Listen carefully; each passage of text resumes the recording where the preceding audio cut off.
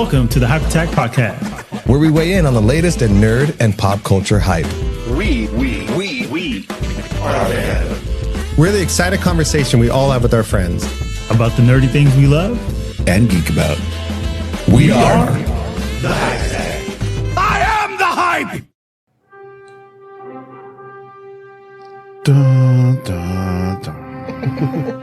This motherfucker's playing my anthem and shit. Dun, dun, dun. No copyright strike. Rudy has unzipped his pants.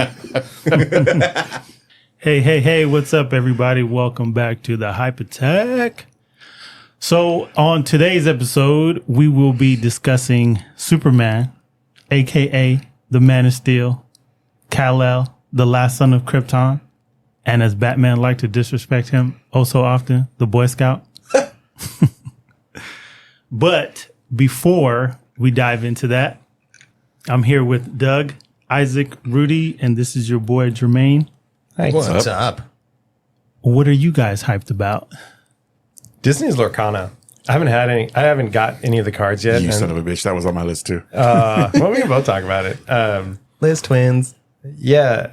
I haven't received any of the cards yet. I did manage to order some, and I'm still. Fuck. I know.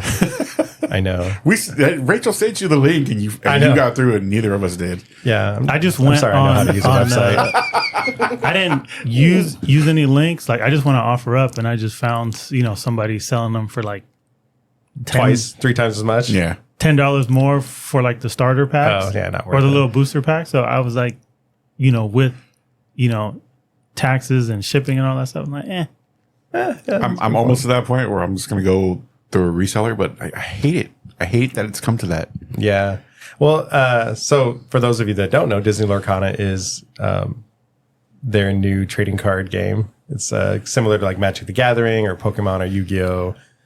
Or like Hearthstone, which I played a lot of Magic growing up. So I'm excited to try a new card game. And so far from what I've seen, the mechanics on it look interesting. It looks different enough that it's not going to just be like, oh, we're playing Magic, which is Disney characters. So I'm excited for that.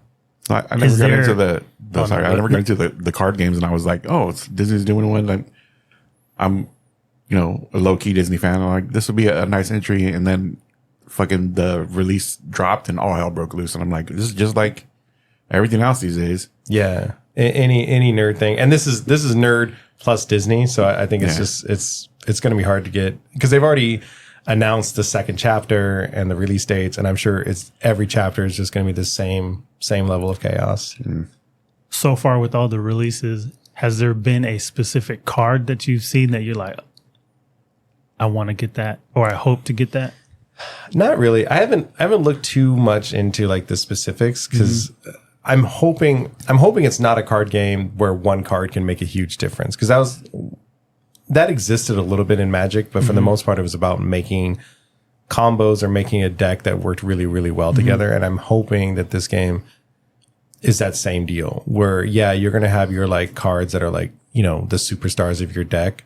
But I'm hoping that the other cards, like even your quote unquote common cards, like if you know how to use them or if you know what to pair them with, I hope will still be as efficient. But yeah, no, honestly, I haven't looked too much into it. I know there's like the 6 different colors, and I know they all have like their strengths and weaknesses, but I couldn't tell you which ones are which. I really want to wait till I have the cards in my hand and I can start looking through them and seeing, because to me, that's the only way to really like fully grasp these kind of games. Yeah, that's pretty much what I'm hyped about. Where do you go next? I want to go last for a reason. Okay, so he already brought up Lorcana. I have 2 things. Batman, is that 89 with the Michael Keaton movie? Yeah. They're re-releasing that for their 35th anniversary as a concert. Oh, so like the movie played with the live orchestra. Cool. I've seen so many of those come and go. Like the last one was at the Hollywood Bowl for Return of the Jedi, and I'm super pissed that I missed that one. Yeah. But like I'm definitely thinking about picking up the tickets for this one. The only downside is that it's on Rachel's birthday, and that's the only one playing in LA, and that it tours the country. Is it at the Bowl? No, it's at the Nokia Theater. I guess that's cool. The Bowl lets you bring in booze. Or no, the That's why Dolby I Theater, ask. wherever that is. Anyway, and then second on my list, which should be like the only thing on anyone's list, is Ahsoka. Jesus. And let me go ahead and insert a pause break for our spoiler warnings. Imperial spoilers have entered the base. Imperial spoilers have entered the base. Okay. Yeah. Bro, the last episode. Holy shit. And we didn't talk about episode 4 because you hadn't seen it yet. Yeah. The last time, but we've all seen it this week. Can I just say Anakin in the Clone Wars flashbacks is everything that I ever imagined it would be. And I was a little worried about the way Anakin looked at the end of episode 4. As did the rest of the internet. Like no, because I went to the internet right after and everyone was praising that all the posts that I saw were like, oh, he looks amazing. He looks amazing. And I'm like, were we watching the same episode? Because it looked a little uncanny valley to me. Yeah. He had a little look, but when I saw his face, I was like, this is fine. I was perfectly willing to accept the 2 for the nostalgia factor. And then, but I was a little worried coming into a whole episode of him looking like that. Yeah. But no, it was so much smoother than the end of that. And that was, it was so fucking good. I do like that with his face and all that stuff. I don't know if you guys remember the Fast and the Furious movie where they had to do on his brother, Paul Walker. Yeah, they had to put Paul Walker's face on his brother. They kept those scenes dark because all the fight scenes he had, was in like a dark little, room that they had to fight in, or it was like a truck or something like that. So I was wondering if they were going to do kind of the same thing with Anakin. And most of the places, the world between worlds and all the flashback scenes were kind of foggy-ish. Yeah. So I think they kind of used that stuff to just kind of mask it a little bit, but it worked for what it was.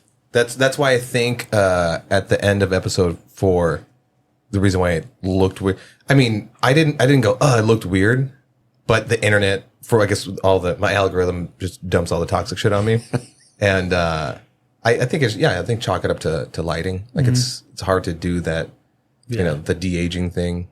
I don't know. Wonderful fucking sequences though. I do have I was going through a Twitter thread, X thread, or whatever the hell you can call it now.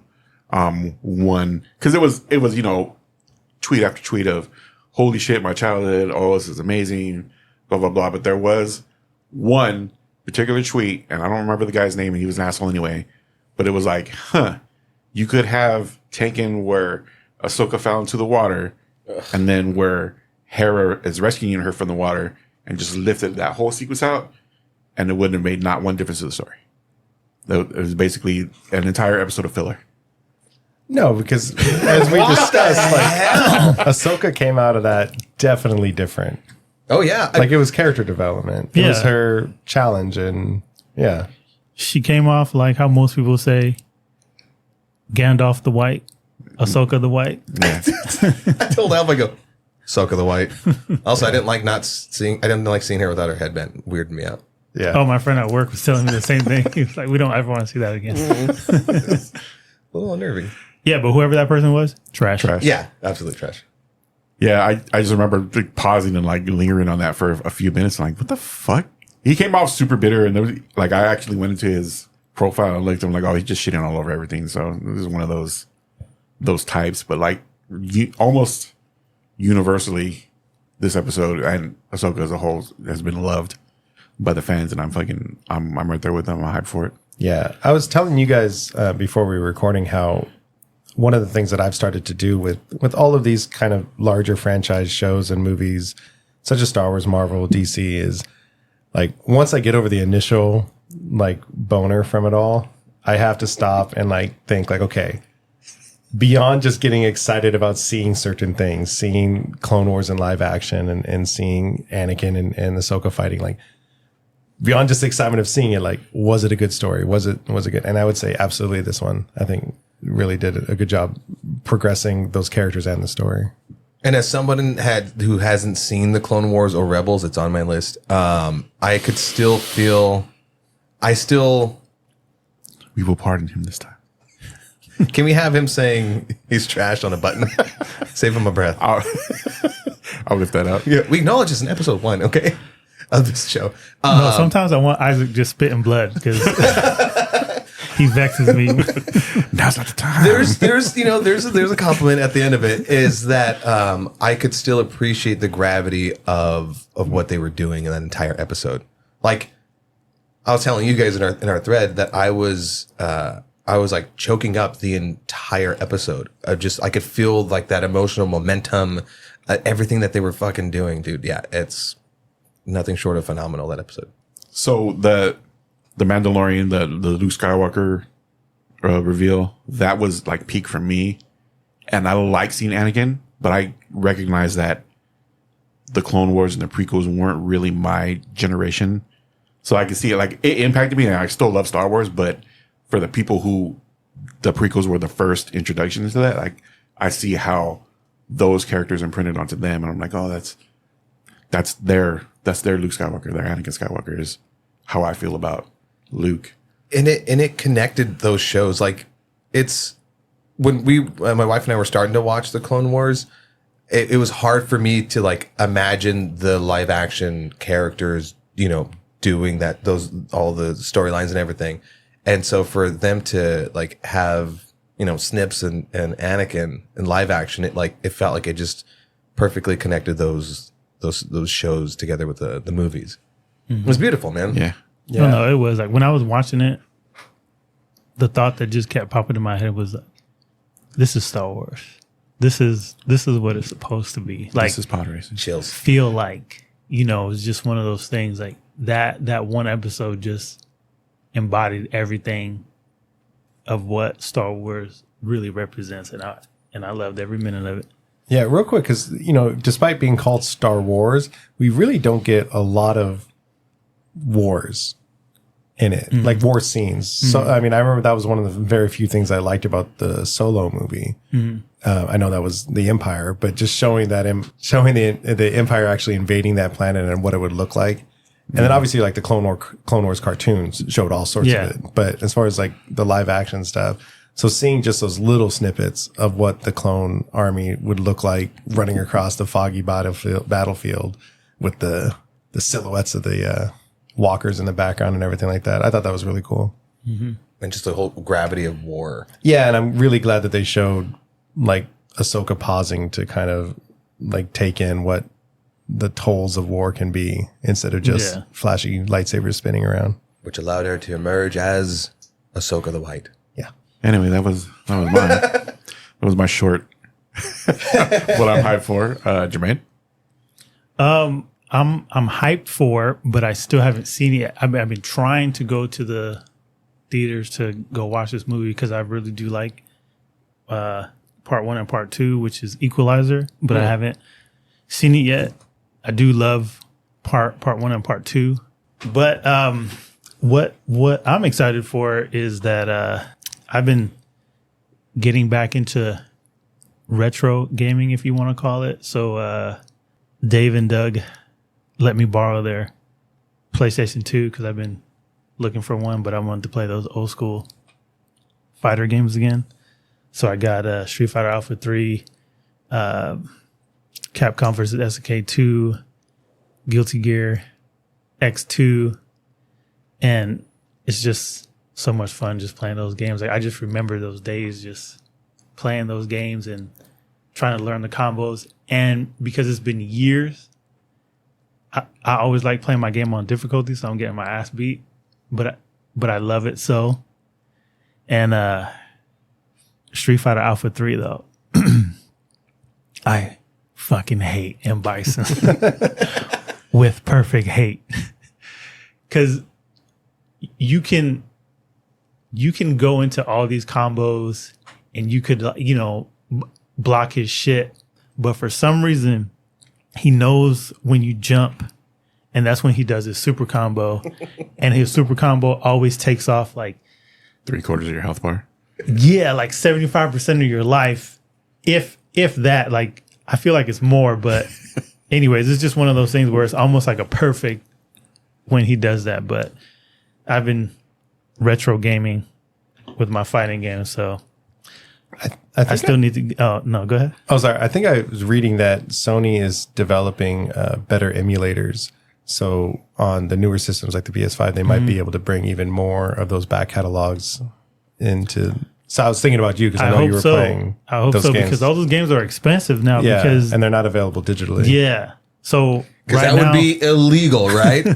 No, I mean like they're not no. selling them on, Yeah, they're not selling on the them. PlayStation Yeah. Network because they do have a lot of PS2 games and PS1 games to buy. Yeah. but I guess I was unaware, but I guess there was an emulator issue. So now that they're working on a better one, Yeah. they should be able to bring more. If Sony just released a standalone emulator system that you could, and then they put their catalog online that you could buy, games for it. Yeah, or a subscription. Yeah, I would pay for that. Like I would pay for that separate from the PlayStations because every time they bring a new one, it's like, oh, we have to figure out how to make that work with this new architecture. Like just make it its own thing, and like the old games aren't changing, and they're not making new ones. Just have that for the people who want it, and Yeah. call it a fucking day. Are the new PlayStations and Xboxes backward compatible to a certain level, or just not at all? These recent. The PS5 will play PS4 disc, I think, because the main architecture didn't change too much between those. And the Xbox? Xbox been pretty much backwards compatible throughout. Part of that is just like Sony with the PS3. They tried. They used the IBM Cell processor, which was super new and different, and a lot of people had a hard time like making games for it. And then the original PS3 actually had two. I want to say it had like two processors. It had the Cell processor, and then it had something else dedicated to being backwards compatible. Because the very first PS3s were backwards compatible, but then they quickly realized they could shave like $100 off the cost. And like at the end of the day, like everyone talks about backwards compatibility, but there's very few people that actually use it. And I think the numbers just don't. For Sony, it didn't push them to like want to spend the money. They'd rather cut the cost of the new system. I like the subscription idea, though. Well, they've tried that with like cloud services. I mean, that's the thing. In America, it will never work because we'll never have the. I mean, who knows? Maybe after Biden's infrastructure plan, we will. But for a long time, America was lagging so hard in our internet speeds. And so while Europe and Japan were pushing cloud-based gaming services, where all you needed was a screen and a controller, and your game would just stream over the internet, especially older games because they required so little. The system, I mean, they have those systems here in America. It's just you're going to have lag, and it depends so much on just your internet connection and speed and what you're paying for and stuff. All right, Jermaine, that was it. Mm-hmm. So, I guess we'll just launch into our main topic now. Oh, I'm sorry, Isaac. Isaac. I was really excited about my I forgot segment. you were there. What are you hyped about, my friend? So my segment is going to be relatively quick as far as like the things I hyped about. You said that last week and it ended up being a 30-minute fucking conversation. This one's worth it. I'm sorry, go ahead. This one's worth it. So real quick, movie corner. I saw The Nun 2. Don't see it. It's not scary. It's boring. It fucking sucks. That's none of my business. Secondly, this is the second quickest one. Doug's birthday is in a couple of days. Mm-hmm. I got him something. Jesus. Ooh, live on air. Let's go. There you go, buddy. It's wrapped. Yeah. Well, it came pre-wrapped. He said he didn't have it. I was disappointed that he didn't have it. So is it Star Trek related? happy birthday. Maybe. I should have thought about that. Do you want me to open it right now? Yeah, go ahead. Hold it Oh, up to it's the not mic so Star you can Trek? hear it. Yeah. Oh, So you like hear it. super annoying. Tell everyone what it is. Jesus. Oh, son of a bitch. I can see the shit from here. Oh yeah. Should have I saw the back Real of it. X-rated one. He got boobies, It's like anime I had to boobies. scratch out the thing. The description was like with nipples. Hold it up Happy to birthday, the, hold buddy. it up to the camera. And it was never seen again. Yep. Had to have that. So that's part of my relinquishing my time. The other part that I want to relinquish was to Jermaine, because listening back to some of our episodes, I realized that we never got the Comic-Con story. I want to hear the Comic-Con story. Oh, you want to get into that real Yes. quick? Let me set the scene real quick. Oh, my alleged Fuck. Comic-Con story. So allegedly, Mute my mic. in a fucking fever dream. So we get like between like the four of us, we get like 2 tickets to Comic-Con. So what the fuck are we gonna do? This is before they implemented the little RF chip, so you had to like log in every time you pass a certain threshold. So you just walk in and hold up your badge and you can see it. So 2 of us went in, did the classic. One of us went back out with the with the other's badge, while the other one was kind of like hiding, crossing their arms over their chest. They couldn't see they didn't have a badge. And we eventually got everyone in, but you can't walk the floor without a badge because, you know, security's looking for that. So Jermaine volunteered to be Sans badge, but decided to make, you know, a reasonable facsimile so that he could get around and, you know, get into the panels and stuff. Jermaine, what was this badge? This alleged badge. Oh man, it was my time when I was heavy into Photoshop, allegedly. But so because I've been going to Comic-Con for so many years, I've collected a variety assortments of the lanyards. So I pretty much had like every single color damn near every day, you know, like Thursday, Friday, Saturday, or Sunday. Oh, that's right, huh? So like Rudy said, it was just a piece of paper that you just had in a lanyard that just had your name on it with the Comic-Con logo. And depending on what day it was, you know, there's a specific color for that day. So I just went on Instagram and I was just looking at all the all the photos, allegedly. Thank you to the people who posted I got my badge and, you know, hold it up to the camera. I got my badge. Yeah. So the research was easy. So I knew what color was for what day. So I would just scramble through my lanyards, find that. But I just went on Photoshop and I just created a paper badge, printed it out, like just regular sheet of paper, stuffed it in there with the name Remy LeBeau. Which, if anyone out there doesn't know, Remy LeBeau is Gambit from the X-Men's real name, not his code name. My favorite X-Men, by the way. But so when you get there, you just walk in, you know, it's the security people, but they're just scanning with their eyes, you know, so they're just looking. So I would Assassin's Creed my way in. I would just make sure I walk in with a group and I'm in the middle and they're just scanning. They're like, okay, go. So I infiltrated Comic-Con that way. Allegedly. Yes, allegedly. But like a year or two later, because I did this maybe for allegedly three to 4 years. And 1 year I walked unknowingly because I wasn't paying attention. I walked in the man, what do they call those? Like the professional badge holders, or like there was a specific door where like the professionals would go through that. They don't have to, you know, wait in line or just wait into. And I accidentally walked into one of those like doors, not paying attention. And the girl was like, "Excuse me, can I see your badge?" And I was like, "Oh, here it is. This is the day. This is the day." So me and him are allegedly fictitiously together 3 times the charm. So we go through this door because we're looking to get upstairs to hit the panels, and it's a more serious security door. We didn't realize at the time. So I walk past and she looks at my badge. Jermaine's behind me, and all I hear is, "Excuse me, can I see your badge?" And I fucking turn and look over my shoulder, and I see him like reluctantly reaching to pick up his badge. And I'm like, I'm still in my stride because I'm not fucking stopping, because if he gets caught, he gets fucking caught. I was like, if he dies, he dies. Exactly. That's it. But I'm still you know, keeping track of him as I'm walking, and I see her grab the badge and hold it up to her eyes and just be like, like twist it around like she's looking at it. And then she drops it and he goes, "Okay."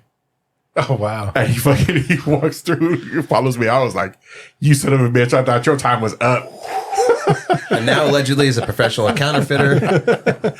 Oh man, that's wonderful. That was the most tension filled experience at Comic-Con that I've ever I had. really get to hear the story. And what's dumb about that moment that Rudy just described so perfectly was the only reason why she reached for my badge and said, "Excuse me," because I was walking with it and it was backwards, turned around. But I was smart enough to print out the back of the badge too. So the front and the back. So the back wasn't just, Blank. blank, boy. but she grabbed it and she turned it around, and I was like, oh my God, this is it. I'm going to have to run the fuck out of here and never come back.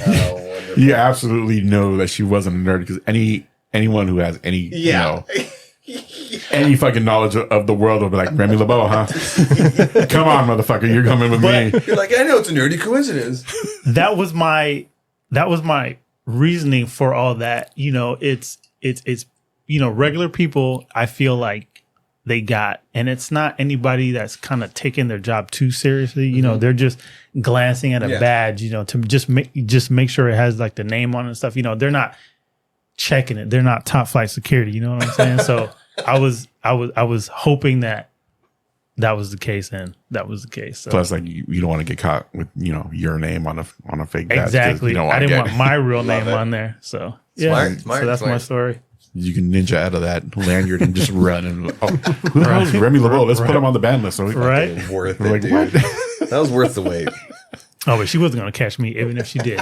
She was not going to catch me. I'd have been out of there. Yeah, but that's my alleged Comic-Con. Like chuck a playing card at her face and then run away. Right? Ready to beat a woman with a bow staff. That was my Ocean's 11 Comic-Con story. I like it. Good times. Heart's racing just thinking about it. Anyway, Jermaine, I know this subject that we're going to get into, it holds a special place in your heart. Yeah, take us up and away. Take us on a journey Oh, I do have. with the Kryptonian candy ass. I would just want to say, before we even dive into Superman, we just have to say, about his first appearance. Mm-hmm. So Superman was created in April, well, not really created on that date, but Action Comics dropped April 18th, 1938 was the first Action Comics that was on the cover. At the time, it was worth 10 cents. I wish somebody in my family would have bought one, because now it's over $3 million, depending on On the grade. depending on the grade. But yeah, like that was his first appearance. He was the architect, what people model superheroes off of to this day. And I just find it interesting that Superman, even his costume, they took that from something else. It was especially with the underwear, being on the outside of the costume and all that stuff. That was a strongman thing.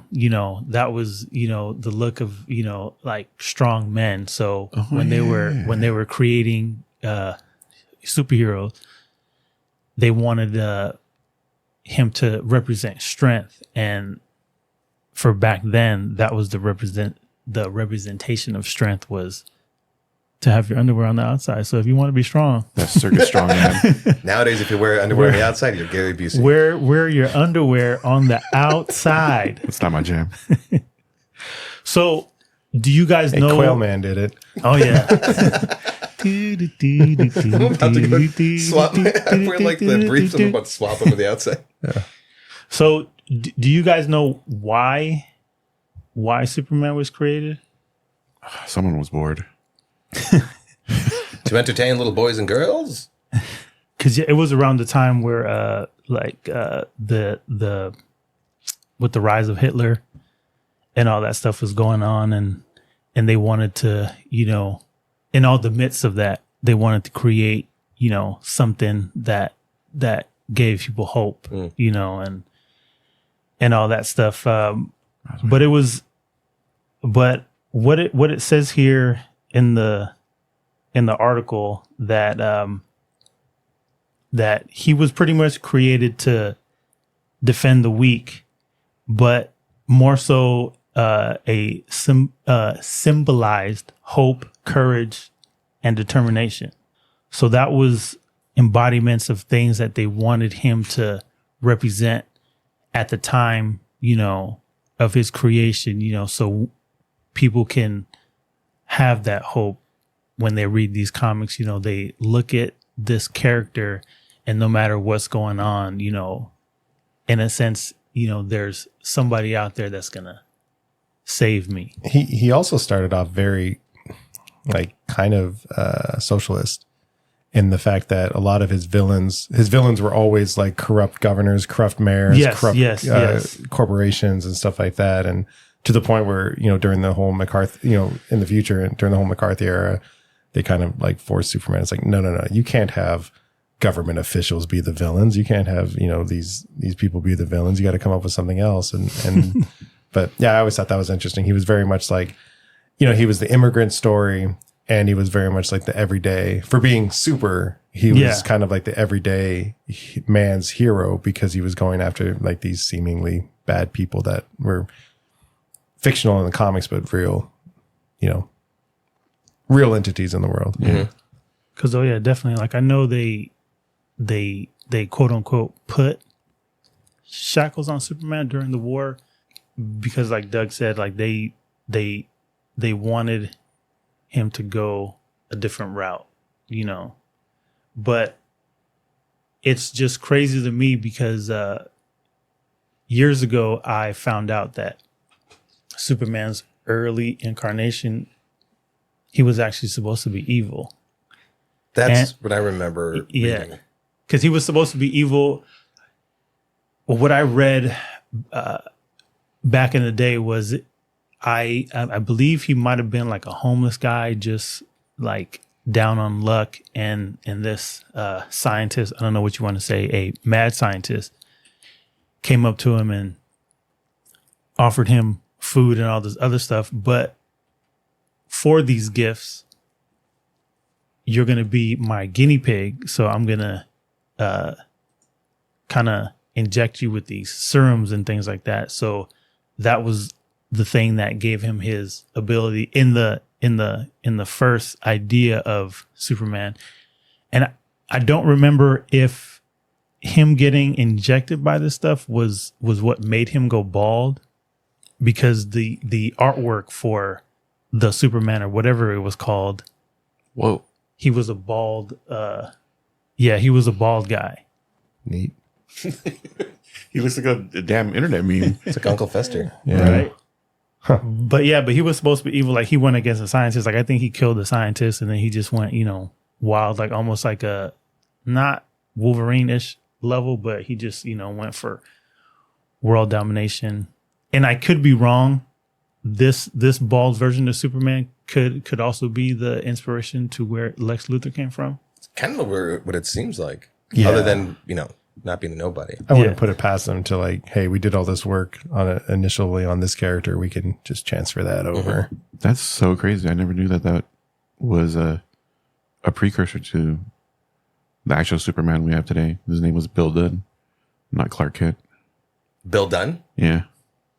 That's an evil name. If I ever heard one. Bill Dunn.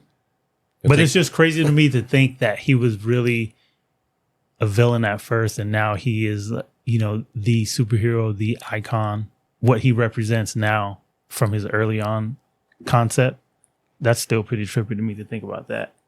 And so many years later and so many iterations later, here we are. He has a long and storied comics career that we could probably spend 4 or 5 episodes covering, but the rest of today is him in new media, correct? Mm-hmm. Yeah. Movies and series and Cartoons.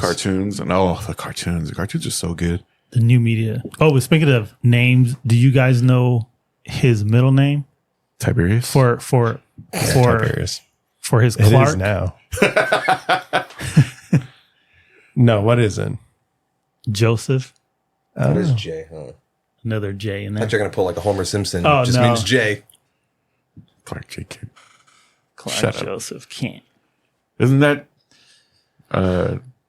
grandfather's name or something like that?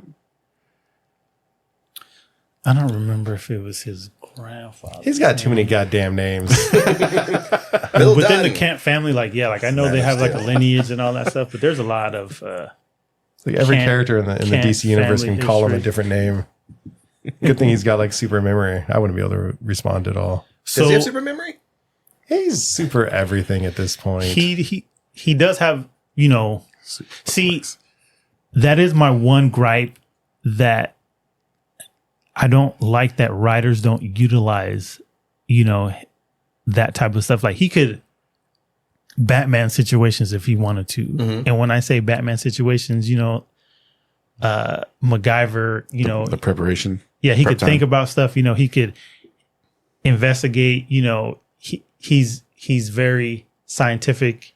He has like a photographic memory, so he can, and there's another thing in there, I don't remember what it was, but he can read everything, he can remember it. Yeah. Titans touched on that. Obviously not with Superman, but with Superboy, which I think part of that was Lex Luthor's DNA. well, that, and I think they also realized that Superboy was very OP compared to the rest of the Titans on that show. Yeah. And if they actually had Superboy out in the field, the fights would be over pretty quick. So I think they kind of realized, like, hey, you can learn all this stuff really, really quickly. And they kind of made him almost their guy in the chair because of his ability to, like, oh, we need to learn like these or like the prints for this or whatever. And he would just like scan it on the internet and use his super speed. So to your point, like, Yeah. And to clarify for everybody, Doug means overpowered when he says OP. yes, sorry. If you don't know that, I thought OP was the original poster. Original poster boy.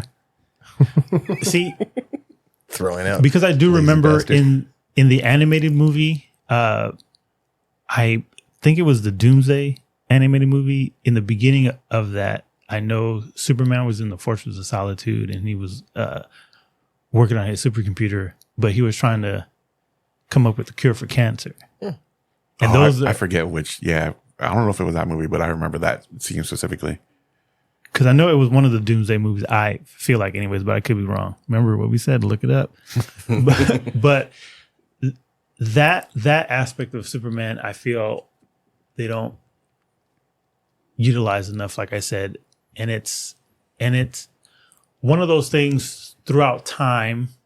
I don't know about you guys, but I've heard from certain comic book writers, even the animated series guys, like I've been hearing whispers that he's just a hard character to write because there's nothing that really can harm him.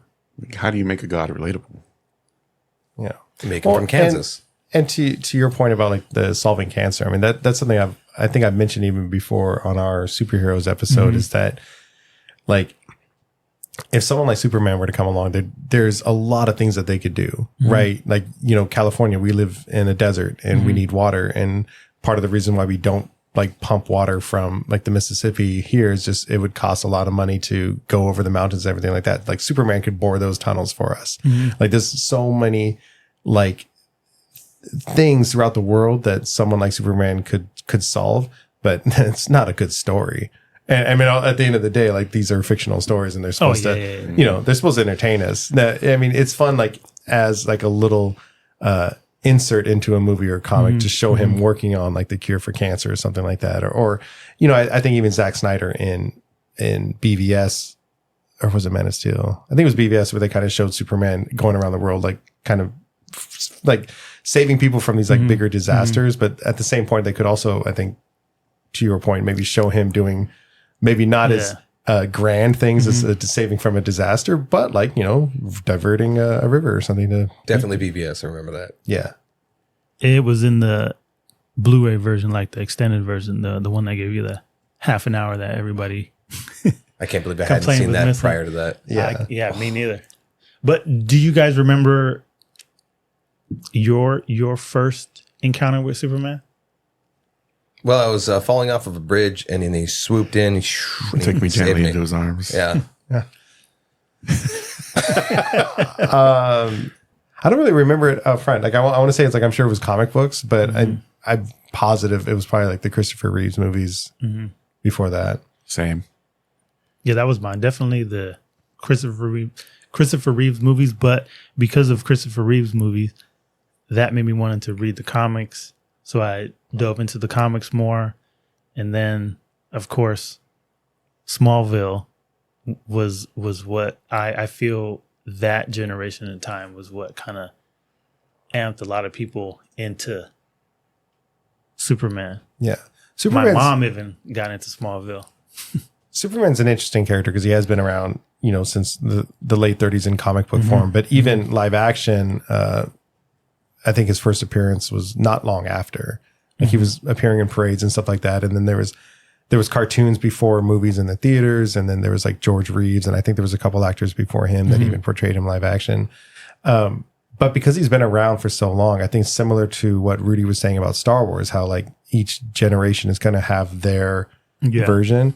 I think Superman's going to be one of those kind of characters as well, where obviously like older people, you know, they're going to remember George Reeves, like that's their Superman, or Christopher Reeves, or, you know, for people maybe a little younger than us, it's going to be the animated stuff.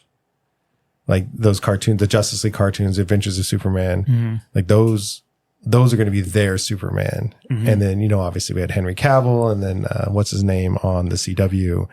And now we're going to get a new one with James Gunn. So I do think like every generation is going to have their version of Superman, I think, which is always going to make like the next casting that much harder because people want to keep seeing what they had.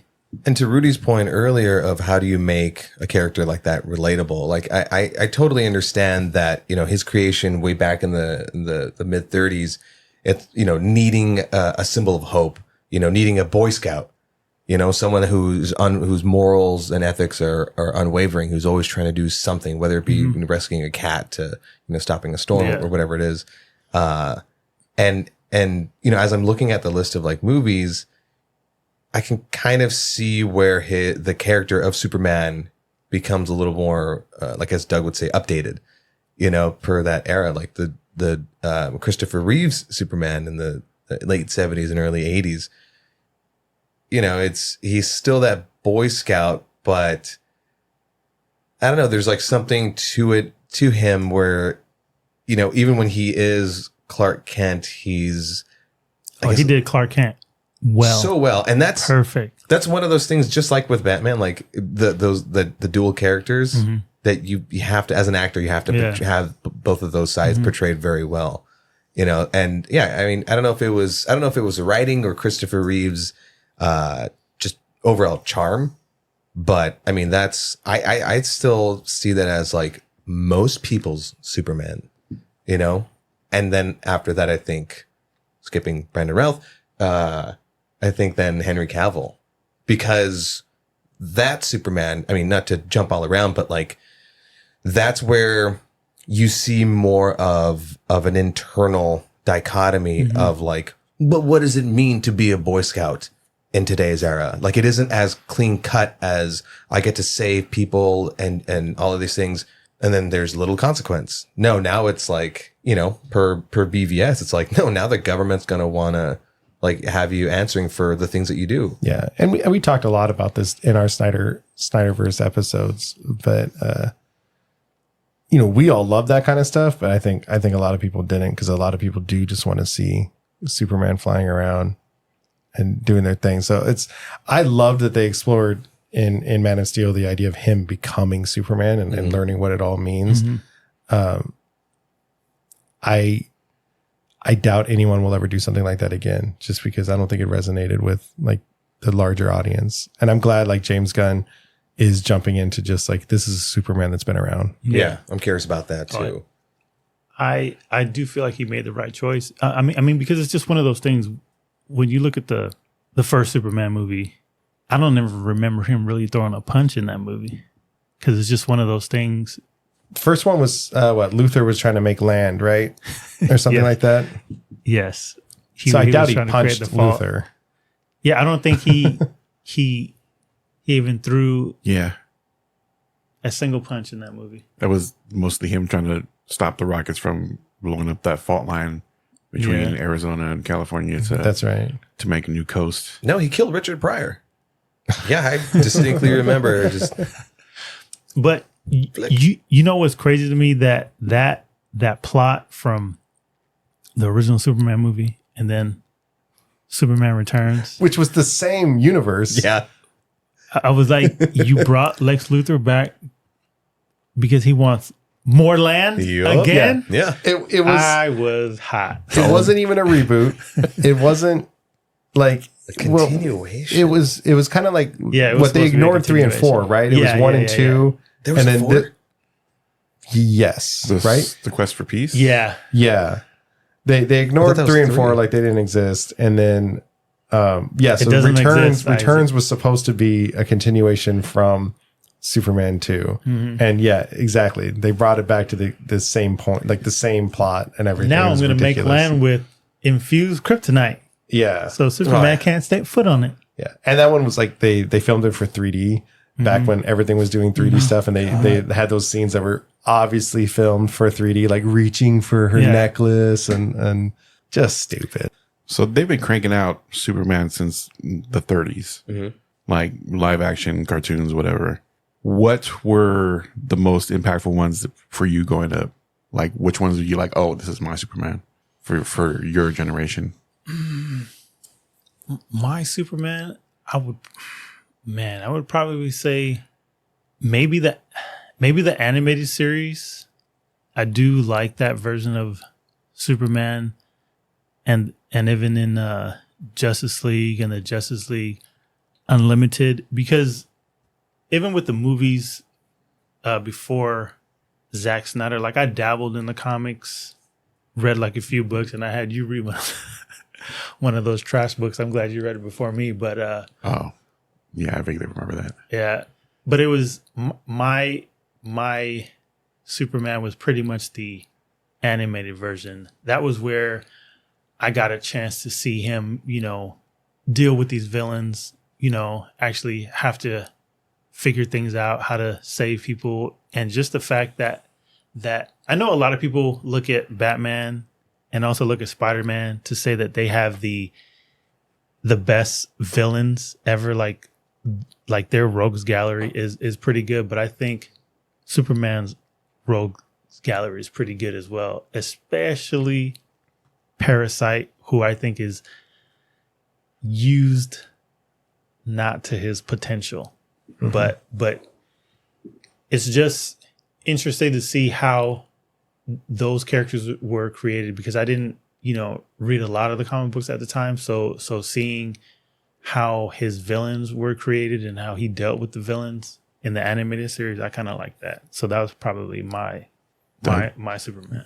I remember watching, I think even some of the black and white cartoons a little bit growing up. I don't know how or where, like they must have been on some sort of rerun at some time of the day. And then, Lois and Clark, which if we were just talking before, like Yeah. I know I watched a lot of that. I don't remember any of it. I can't tell Mandy? you any plot, any major story thing that they did in that. I just remember thinking like, Superman was cool. I mean, honestly, I think I had an action figure that I probably remember more like making my own stories up with my action figure than anything else. That's cool. But I would say, like with Jermaine, the animated stuff, I didn't watch too much of the Solo cartoon, because I remember it Adventures came of off. Superman. It came off of the Batman cartoon, which was so good, and then Superman started. I remember thinking like, it's all right. But then when the Justice League cartoons and then Justice League Unlimited came out, that's probably like when I started really getting into all of it, and especially Superman. As far as the animated series too, as I don't remember, because again, I'm really young. So like Batman, the animated series came out in 92. So it puts me at 2 years old. So I remember watching The Mask of the Phantasm, the movie, and watching the show here and there. And then Superman, the animated series came out in 96. And I watched a little bit here and there, but I was more of like a Batman kid. But even being really young, I mean, like Superman is just part of the lexicon, like you didn't not know Superman, especially with, like Christopher Reeves, the Superman, I would see that get replayed over and over on television. And so I would watch a bunch of that and then, a little bit of the animated series. So when, Superman Returns with Brandon Routh as Superman came out in 2006, I was 16 years old. And that to see, like, again, everything I saw was animated or like old school, late 70s, early 80s special effects, right? And then to see like amazing special effects in 2006 was awesome. To see a bullet hit his eyeball, like blew my mind. Who directed that? That was, Singer, right? yeah, right. X-Men, Bryan Singer. was awesome. And I wanted that to be my Superman. It didn't resonate with me because as much as I love the actor Brandon Routh, I don't know, there was just something about his portrayal of Superman that, like, yeah, he kind of got Clark down, but actual Superman, it got a little stocky at one part when he's like scoping out Lois. He's in the trees. Oh, yeah. You know? Oh, stalkerish. I'm like, stocky. Like, Yeah. you got a little husky there. No, that's Henry Cavill later on. Well, I think, to your point, like seeing all the special effects and seeing Superman like flying around and getting shot, but then to have it, I don't want to say, I guess I'm going to say wasted on just stopping Luthor from a land grab again versus a fist fight. Like we could have finally gotten an up-to-date Superman battle. Young Isaac didn't care because it was like, who gives a shit about storyline? I was all about, the flashy stuff, special effects, whistled hard, just the special effects. So like at the time I didn't care. I did end up like rewatching some clips earlier this year. And yeah, you're right. It's not, I'm like, ew, weird. No, that was a movie. But I do believe that movie answered two questions for nerds. Everybody, to a degree, wanted to know what happens when you shoot Superman in the eye. Yep. So that movie gave us that answer. Nothing. And Absolutely exactly, not a goddamn not a thing. damn thing. And then it also answered the question because there's been a long argument over time. Can Superman have a kid with Lois Lane? Because people used to think that cannot happen. Like Shotgun blast out the back. Yeah. You said it. it would have to be Wonder Woman. A lot of people thought that it would have to be somebody like Wonder Woman. The only way Superman could bang normal chicks is with the kryptonite condom, and that would kill him. Yeah. Do we want to say facts on that? Or red kryptonite? Wasn't it quota. red to him? You like useless? Yeah. No, the red was made him belligerent. Which is the one that like nullified? Was there anyone that nullified his powers? It was the blue. Blue, There's I like think, blue, there's nullified. yellow, then there was black, but I don't remember what There's like they, gold or something. they all represent. Oh, there's a shitload of Yeah. Which kryptonite is the one that colors. makes my dick bigger. Yeah. And then All the the superpowers, Richard yes. Pryor nicotine kryptonite, which like split his personality in two, and then he had to fight with himself. Oh yeah, that's Speaking of part all these what? powers, Three. I can think. you guys name all of his powers? Let's do round robin. Flight. Strength. X-ray vision, Heat vision? Freezing breath. cold breath. Cold breath. Fuck, I don't know. Oh, speed. Yeah. Speed works. super speed, He's a solar collector, solar battery, pretty much. Enhanced hearing. Oh, yeah. Oh yeah. telescopic vision. Oh, it's beyond super X-Men. spit. Yeah, we saw that.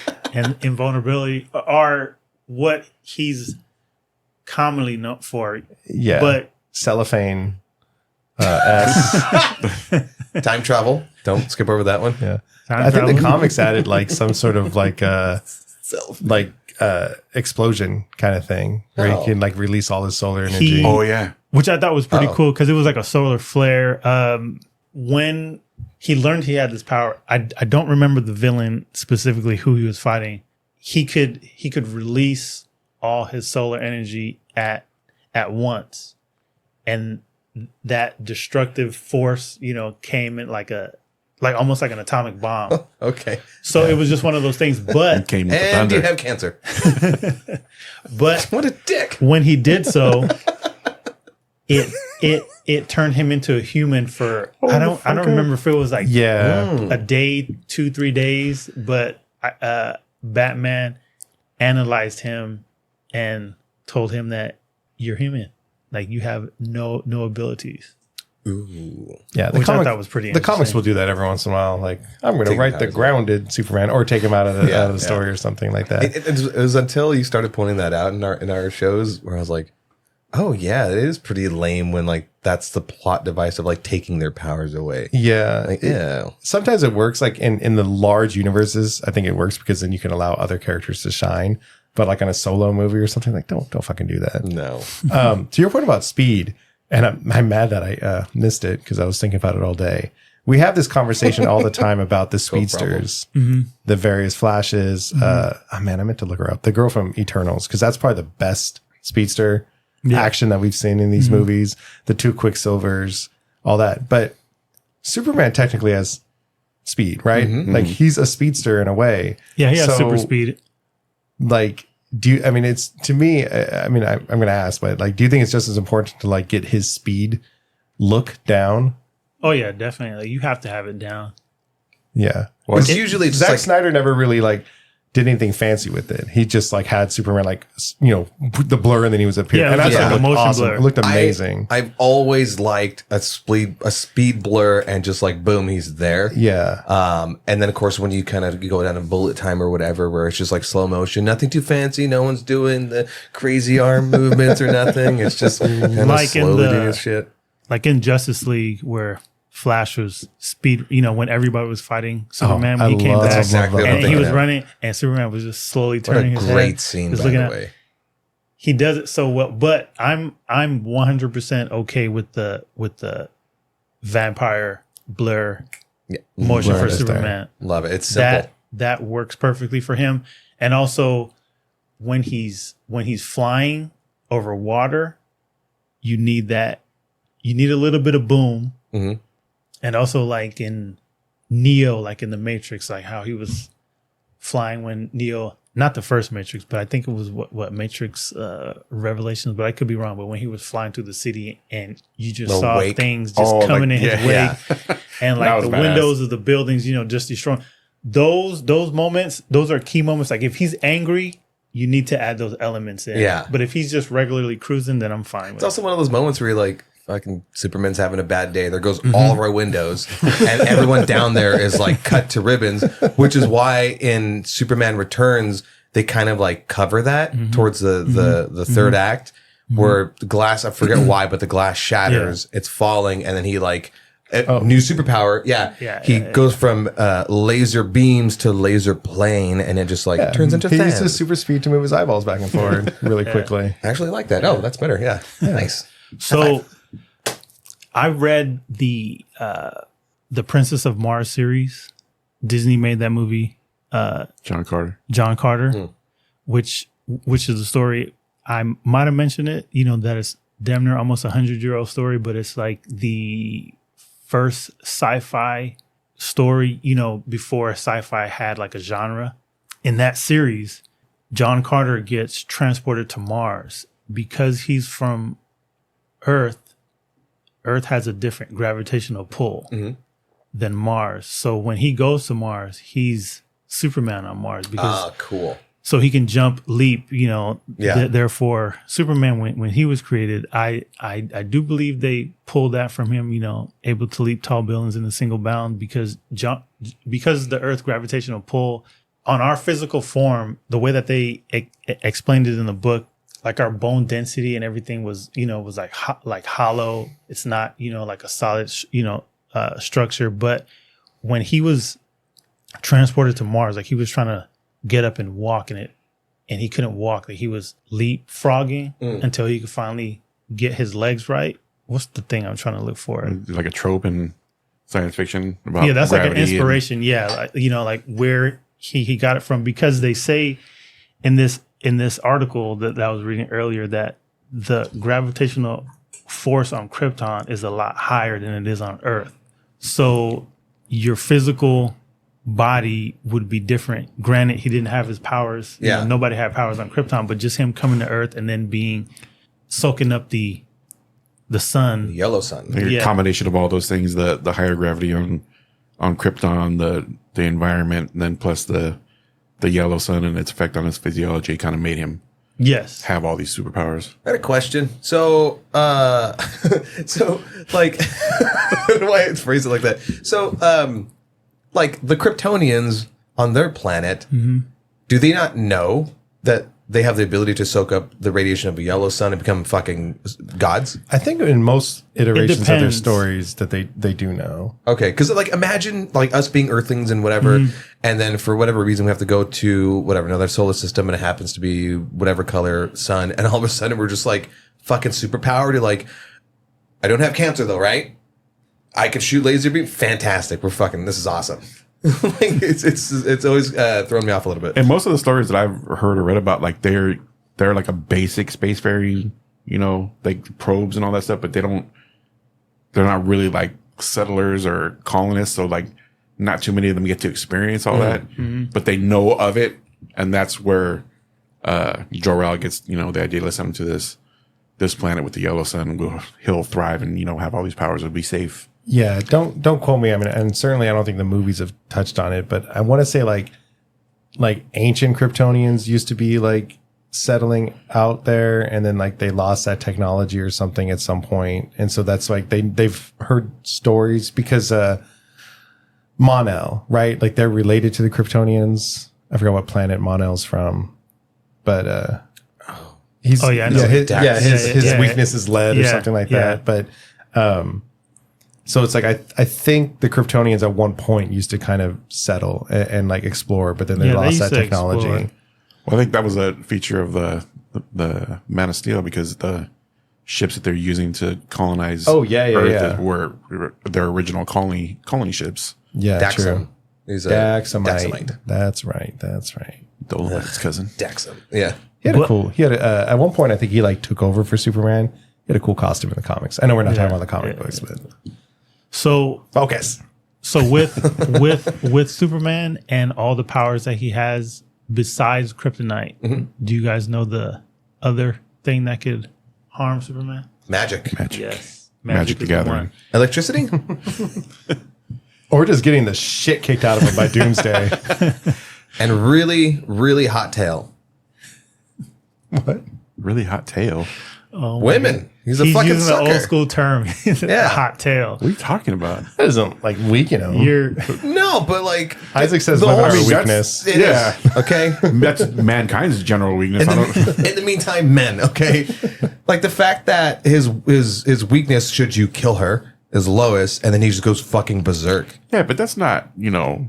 It's a weakness, not Rudy. being whipped. Realize it. I didn't use the word whipped. Yeah, but that's what you were hinting at, motherfucker.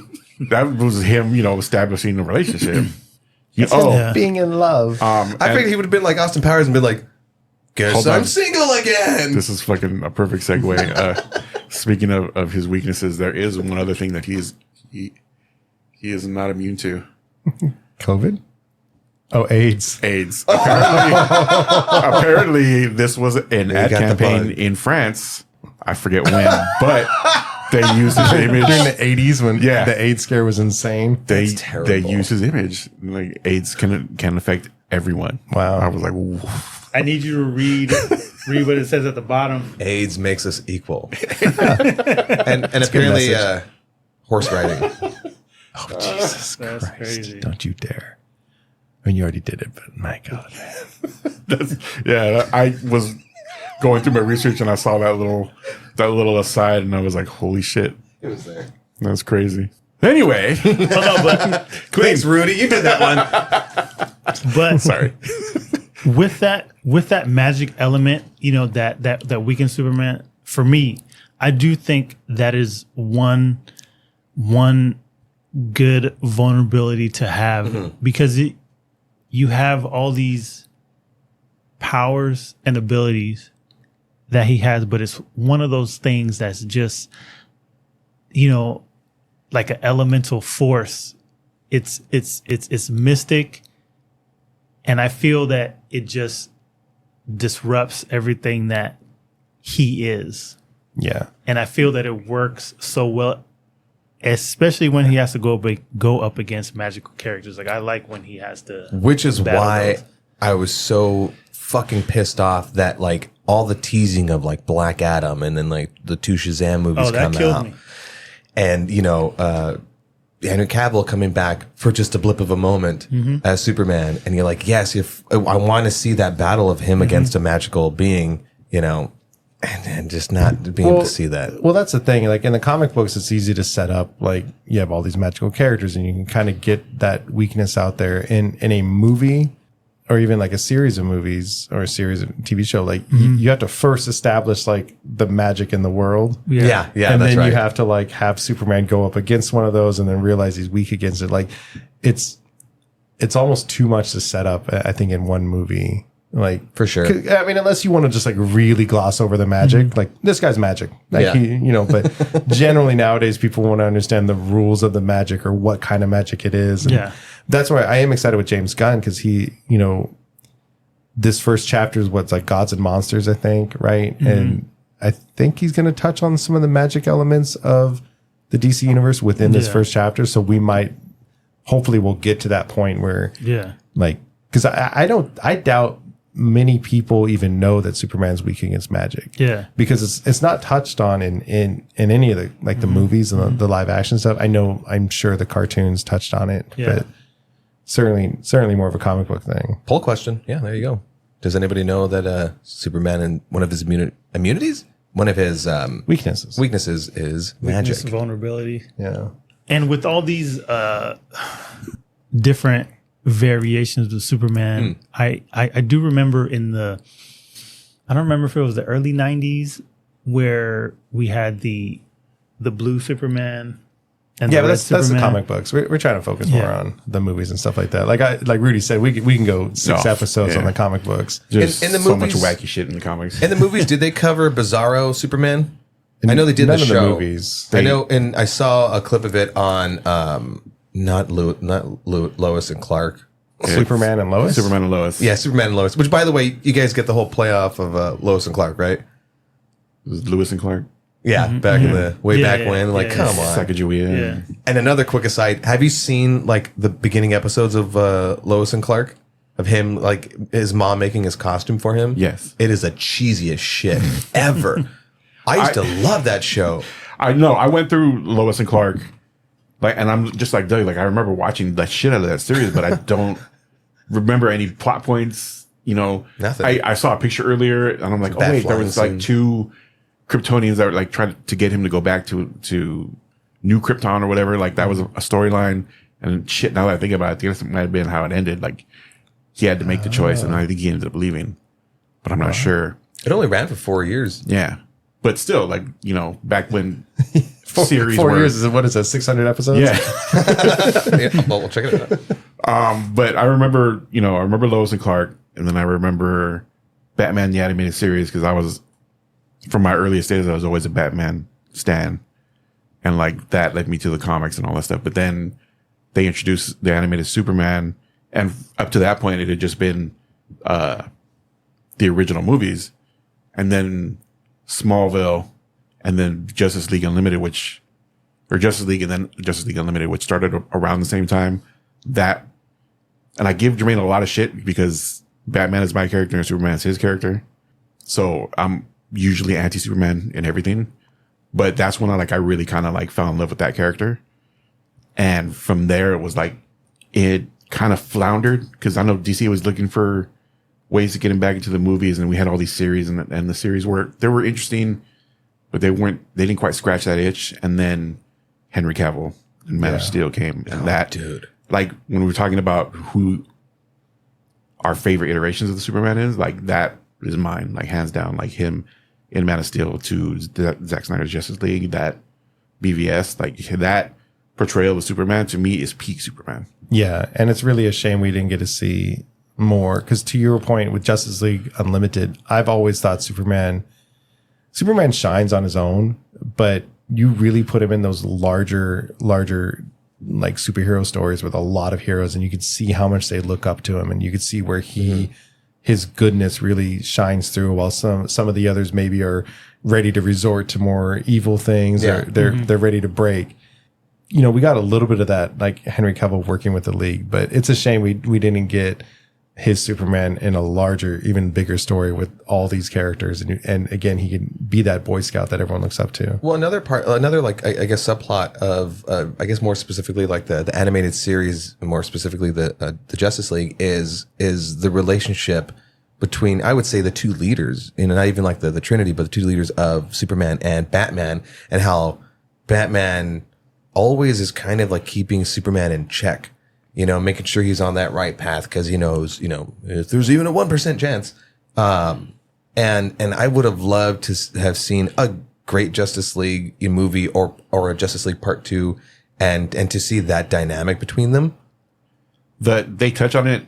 I'm not going into the comics, But making sure. in some of the comics, they really go into that. Like Superman respects the shit out of Batman, and Batman respects the shit out of Superman, but they'll never tell each other that face to face. Well, Superman might, because he's that touchy feely kind of hero. But like I was ready for that to be Ben Affleck and Henry Cavill, like getting to that relationship level where they're like, they're on the surface, they're always kind of prickly towards each other, but they're basically brothers at a little further down the road in their relationship. And I'm super pissed that we didn't get those two, especially Ben Affleck as Batman and Henry Cavill as Superman. Those two in like a fucking dynasty of movies would have been so fucking good. And I think you get a little bit of that at the very end, I think, of BVS, where Bruce buys the house back, right? Like you get a little bit of that, like He bought the bank. Oh, that's right. Sorry there, Mr. Wayne. Brought the whole bank. Ranch. Yeah.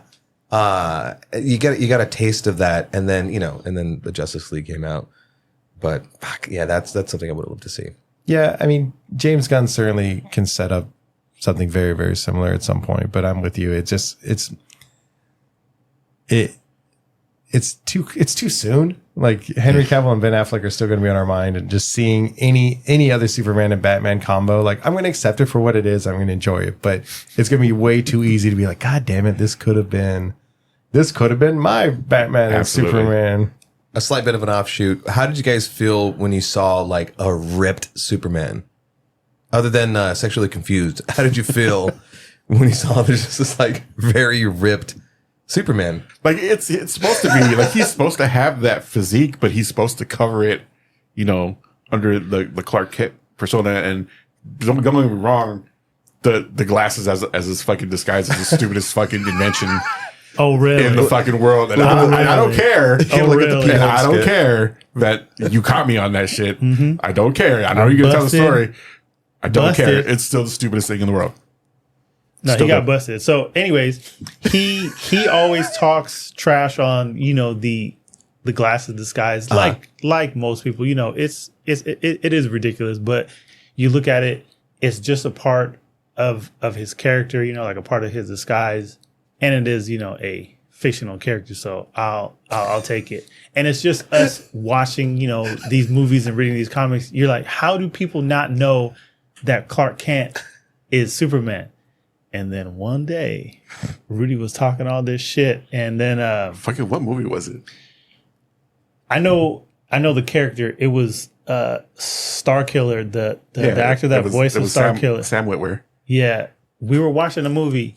And he had glasses on, and I was looking at him, and I told Rudy, I was like, "Isn't that no?" And I said, "Rudy, isn't that?" And he was like, "No fucking way." He didn't even recognize him at all. We watched the movie.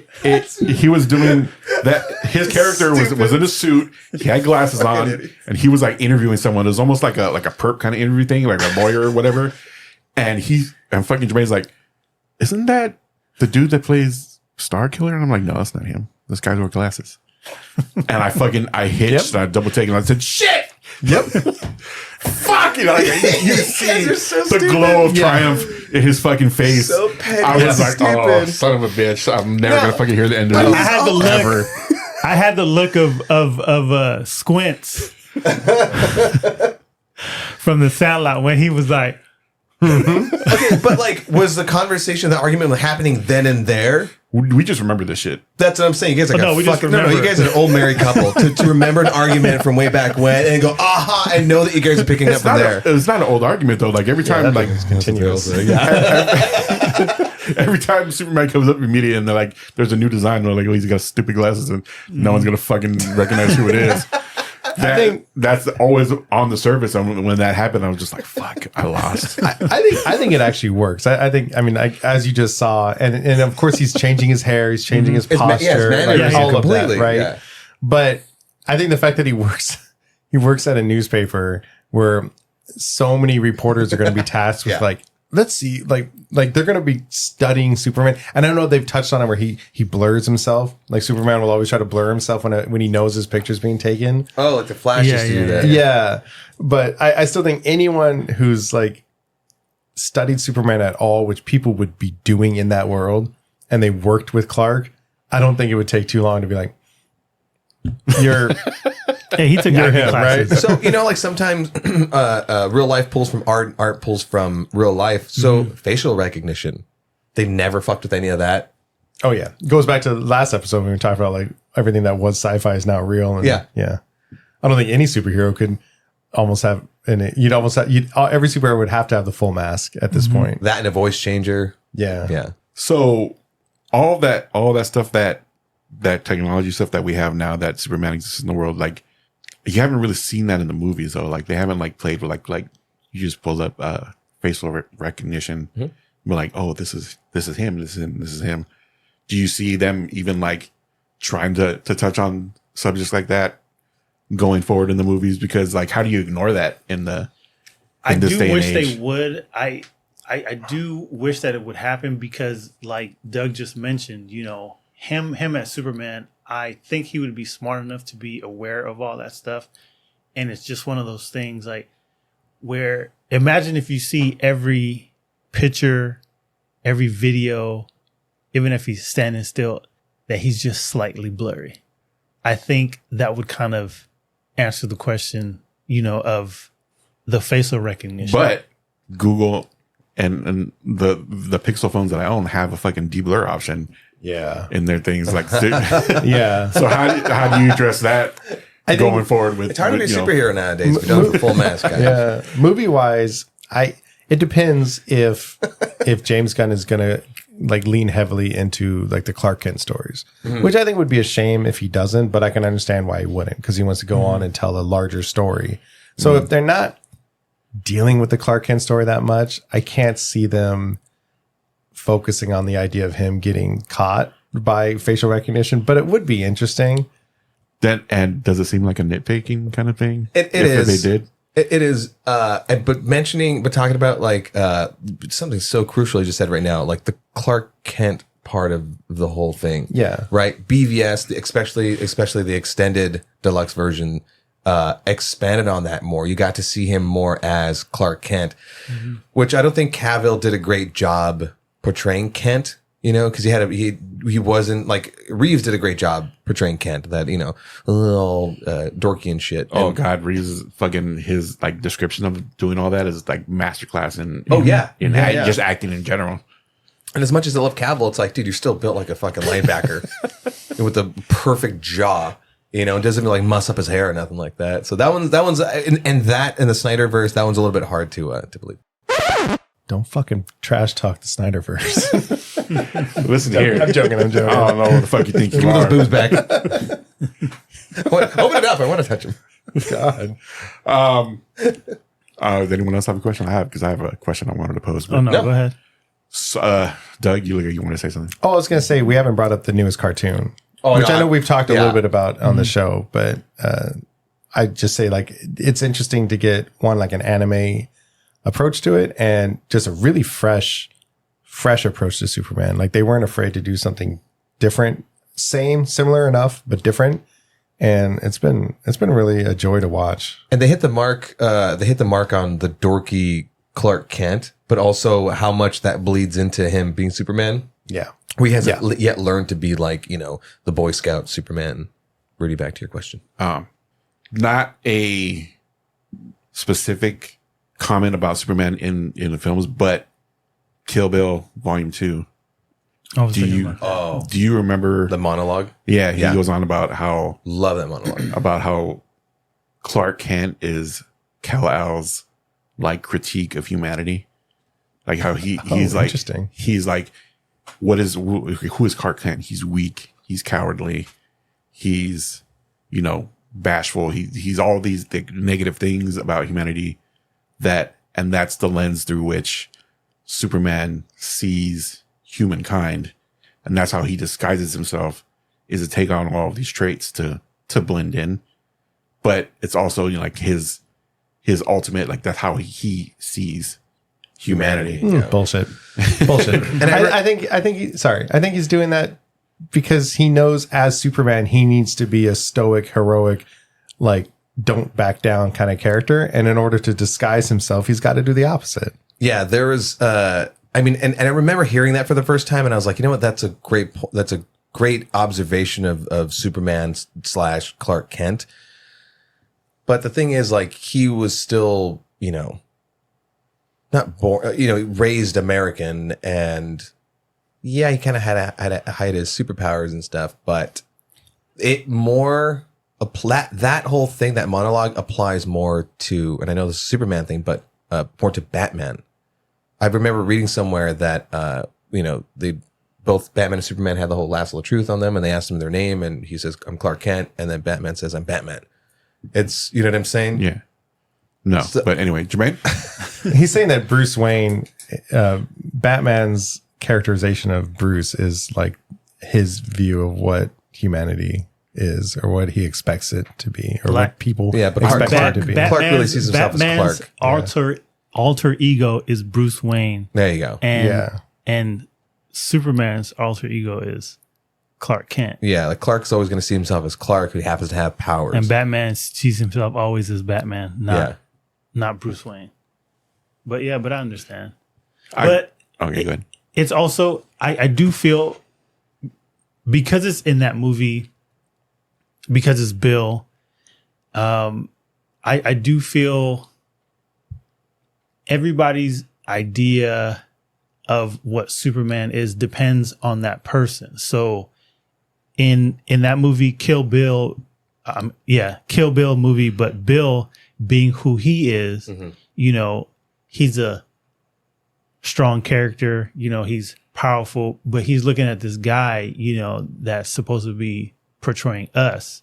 And he looks at that in his twisted view. He's saying that he's taken all our weak attributes, and that's what he made himself to be as Clark Kent. So it all depends on the person, that's looking at Superman through the lens. Yeah, it's their lens, it's their view.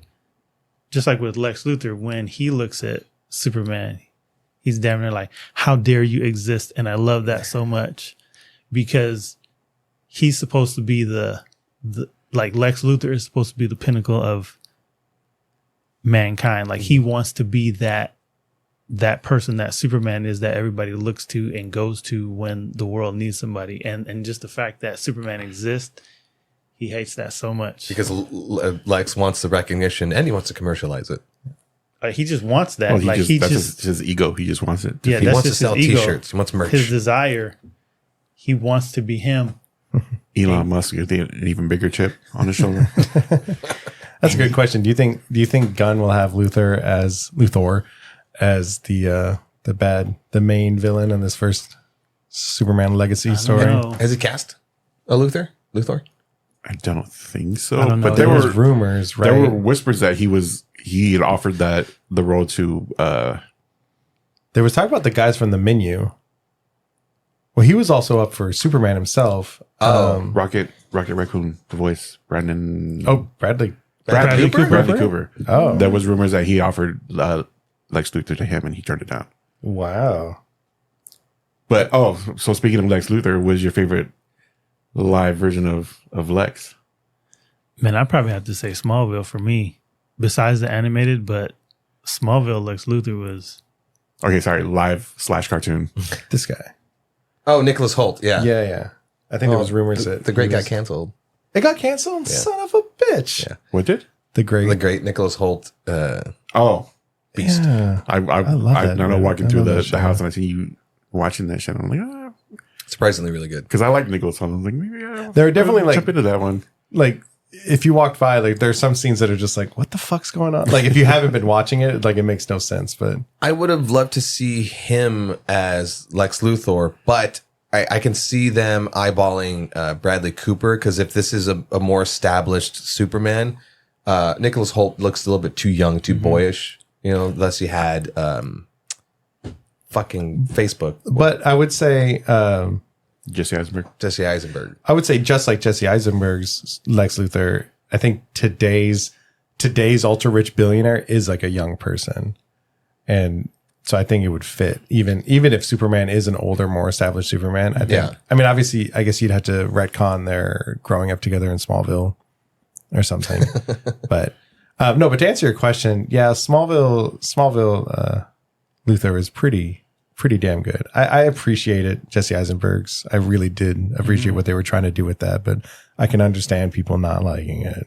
Yeah. And we never got to see it fully, right? Just like the Man of Steel was becoming Superman, he was becoming that Luthor. That after credit scene. Yeah, the after credit scene where they already had him hiring like He's Deathstroke. bald. He's in a suit, and Yeah. he's just more. He's finally like the Stoics Luthor. Yeah, It's like there it is, and just that ability to Legion of manipulate Doom. We were supposed to get that. Batman. Yeah, just that whole manipulating Batman to take out, like to get those two to just take out each other. Like that's some good supervillain shit. Yeah, right that's there. the thing that I don't understand how people didn't love that because of just I think at because that of how point he they were already played it. asleep. Yeah, just because of how he played Lex Luthor. But I'm like, you guys don't see the The machinations. yeah, like what he was just doing behind those curtains, and I think that was just beautiful. Like I said, especially to get like Doug said, but to get those two to go at each other, I was like, man. and the extended cut of BVS Yeah. like illustrated that even more. Yeah. Shined a brighter Oh, yeah. light on it Oh, because yeah. the cuts they made in the original just Terrible. yeah, Yeah, the studio it killed just that. neutered that whole storyline. For me, it is a rough tie between Smallville Lex and the animated series Lex. The ambiguously racial Lex Luthor. Yeah, yeah. You never really tell if he was, black, white, whatever, Mexican. He had the cool suit, right, in the cartoon, or was that just the comics? The The green and purple suit. Oh no, he did have that. He had his little like his mech suit and everything. And I haven't sat and watched the whole Superman and Lois. Is that what it's called? The new one?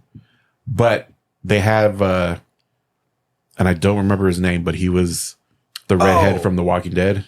The big Abraham or whatever. Yeah. Oh shit, what's his name? Yeah, he was that. Yeah, that was like a fucking biker looking. I've seen some clips of him as Lex Luthor in this show, show, and like his vibe, like it made me want to like, okay, now I have to sit down and watch the series because him as as they wrote his character in it, because it's not quite the same origin as first one.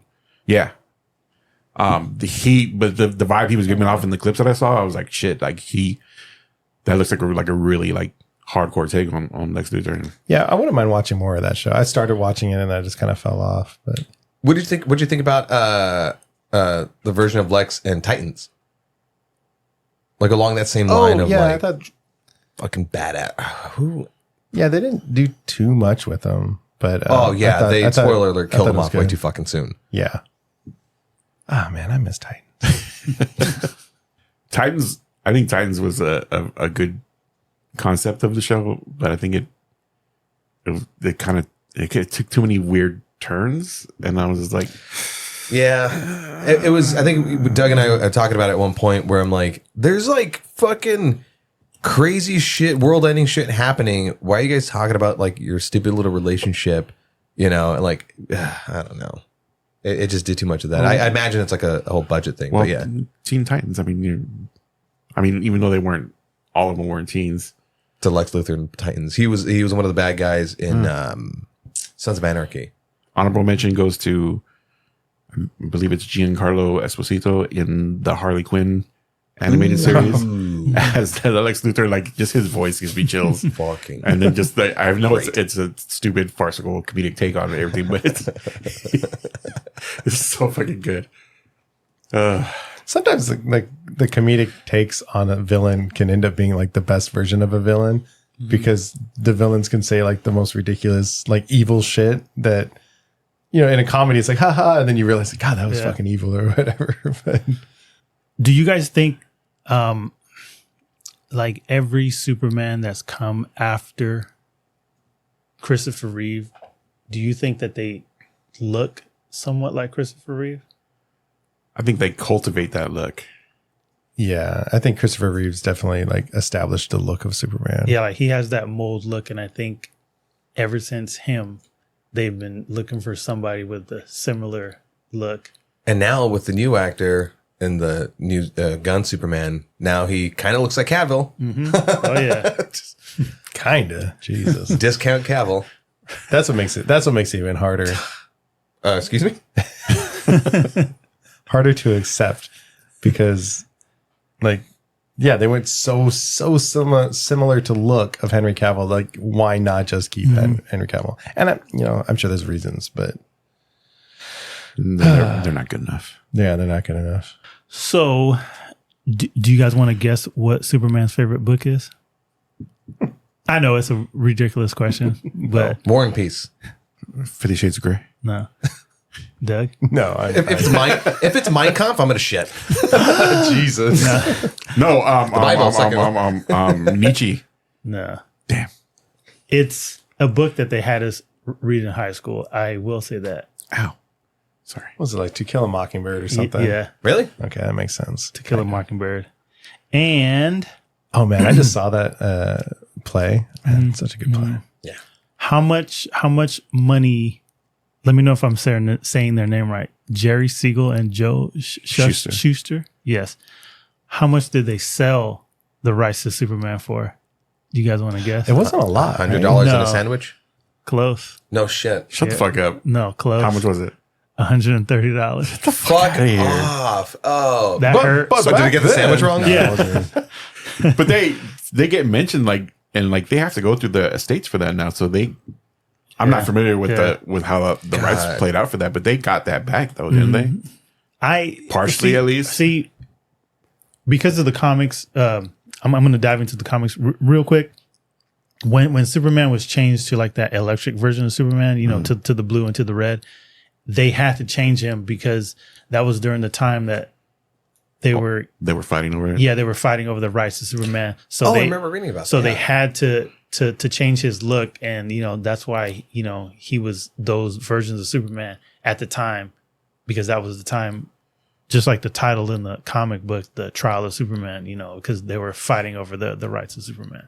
So I think they get some royalties, but I don't know how much. Because every time you see Superman in media, like it's always in the credits.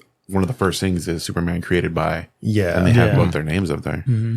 Yeah, you'll see it quite a bit. Like Wonder Woman, Batman. I think definitely Batman only has one of them. Or no, they finally started crediting Bill Finger. Yeah, And one of the last things that I like, that when the original Robin, Dick Grayson left Batman's side to be his own thing, that I need Dick. I need it now. Sorry. You knew that was coming. that's a good button. Oh, yeah. so I knew Dick was coming. he went to Superman and he talked to him and all that stuff. But when he was trying to come up with a name for himself, he got the name Nightwing from Superman. So he didn't come up with the name Nightwing Was it by himself. Nightwing and Flamebird? Yeah. So Which they brought Flamebird into the new cartoon. yeah. It's Jimmy Olsen's like Twitter handle is Oh, Flamebird. right. Shit. Oh, Yeah. God. That animated series is really good. Connections. Right. So those are my Good pull. my little fun facts. Well, we didn't say Nightwing and Flamebird were like Kryptonian superheroes or something, right? No, okay. So Weren't they like not myths, but like yeah, they were kind of like Kryptonian superheroes. That they were like a Dynamic duo. do-gooders. But there was a comic back in the day where Superman and Jimmy Olsen had to infiltrate the city of Condor. When Superman goes into the city of Condor, he doesn't have any power, so he had to disguise himself. And he came up with a character called Nightwing that he dressed up as, and Jimmy Olsen went in there with him, and then he came up with a costume for him, but his name was Flamebird. So those are Was the city of two Condor like the Candor? Candor. That Yeah, the that's- bottle city. It was like survived the explosion or something, right? No? Brainiac had bottled yeah, it was it. the city that Brainiac stole. Okay, He's like a collector. got it. Condor. I'm kidding. fuckface. You act like I don't see your fucking little tricks. I fucking originated all these. I'm the villain of the show. I push Button buttons pushes. here and there. Real quick, did they end up making an animated movie for the Red Sun? Oh, Yes. Yes, they Yeah. did. Yes, So they did. that is an aspect of Superman that I've always appreciated. I think they've only done it the one time. The idea of like, if his rocket was just a little like slower, a little faster, he would have Yeah. landed in another part of Earth. So and for the Red Sun, instead of landing in Kansas, he landed in Soviet Russia. And Yes, so they he do was have that raised version. as Superman. Yeah. So it was a great comic, and they made the animated movie, and it was fun to see just how much the world shifted because the Soviets had him. But I always joke about just like where else, like had he landed anywhere else. I know Well, they it's do super have bad, that but I one. was- They do have that one where he was Batman, where he landed in Gotham Oh, interesting. Oh, I heard about that. and he became Batman. Or also, if you want to see a psychotic Superman, Brightburn. Yeah. I mean, Just saying. I still haven't watched it. And the more we talk about it, the more I'm like, you know what? I want to add that to my list. yeah, Oh, I'd I think love to- I'd love to watch Brightburn's that with worth you. It's good. watching. But I like that idea though of just Superman landing anywhere else. Like I've played with that, or like him landing anywhere else. Or I joked about the idea of like, what if his fucking rocket ship had like a virus that wiped everybody out as soon as he landed. Or it was a blanket zombie, carrier. or it was like the zombie virus, and like his ship landed and just turned all humans to zombies, and he was left as like this feral, superpowered baby. His little blanket carried alien polio. And on that note, we put away our capes. we get rid of our briefs on the outside. We can put our glasses on so no one will recognize us. Fuck. Surprise, surprise, glasses on. Ah, who the fuck are you? It's just me. Oh. Who are you and what have you done with Isaac? Thank you guys for listening to another episode of the Hype Attack Podcast. Check us out on the social medias on TikTok and Instagram at the Hype Attack. And if there's anything we missed about this topic, hit us up in the comment section or hit us up in the DMs. Yeah, keep the conversation going.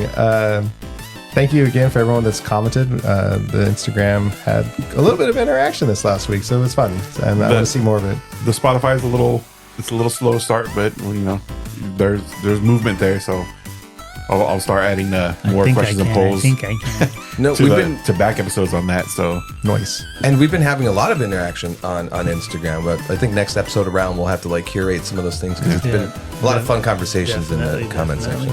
section. Yeah. Some good So nerding out. let us know your favorite version of Superman. So some Superman facts that you may know. Just hit us up. And don't forget to like, rate, review, and hit the notification bell so that you know that our episodes are dropping every freaking Friday. Till then, same Hive time. Same Hive channel. Hype attack.